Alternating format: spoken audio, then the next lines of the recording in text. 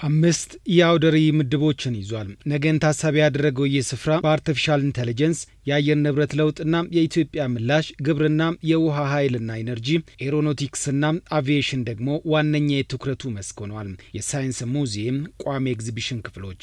በዚህ ሳይንስ ሙዚየም 5 ፐርማነንት ኤግዚቢሽኖች አሉ።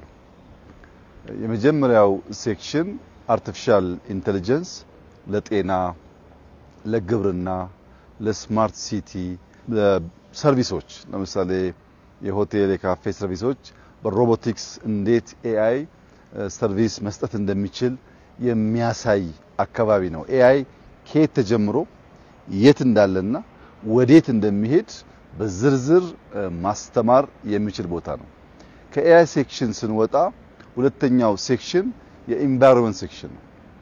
የሰው ልጅ በተፈጥሮ ህግ ከተፈጥሮ ጋር ተስማምቶ መኖር ሲገባው ኃላፊነቱን በወጉ መወጣት ካልቻለ እና የተፈጥሮን ህግ ከሳተ የሚያስከትለውን ኮንሲኩዌንስ ያሳያል።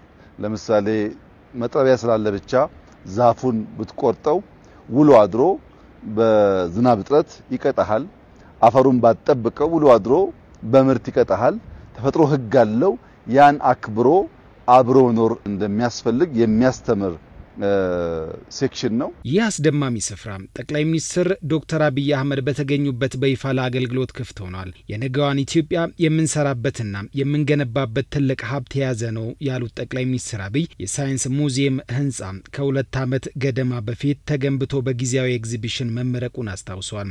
ቋሚ ኤግዚቢሽኑ ከፍተኛ ሀብት መጠየቁን ጠቁሞ በጣም ጠቃሚ ነገር የያዘ መሆኑንና ነገን የምንሰራበት ሙዚየም እዚህ ነው ያለው ሲሉም ገልጸዋል።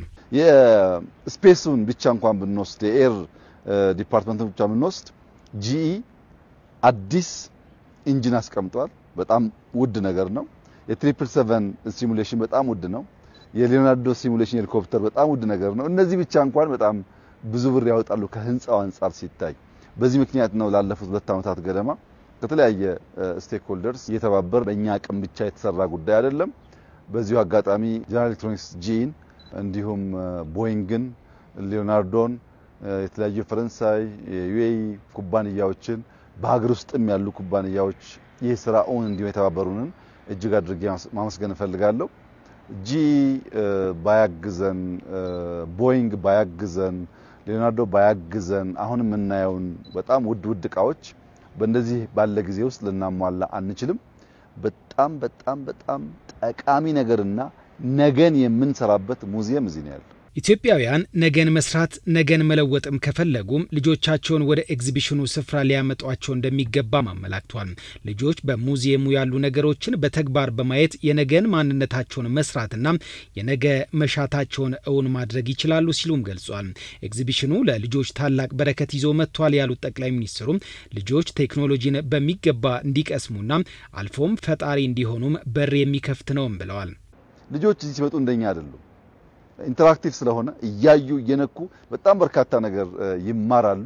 ከዚያም የነገ ማንነታቸው ሊወጣ ይችላል። ህፃናት ፓይለት መሆንን በሰማይ ላይ አየር እያዩ ከመመኘት አየሩን እያበረሩ የሚመኙ ይሆናሉ ማለት ነው። እየነኩት እያዩት ይመኛሉና ለልጆቻችን በጣም ጠቃሚ ነገር ነው። እንደ እውነት ለመናገር በድፍን አፍሪካ እንደዚህ ያለ የተሟላ ሳይንስ ሙዚየም ማግኘት አይቻልም።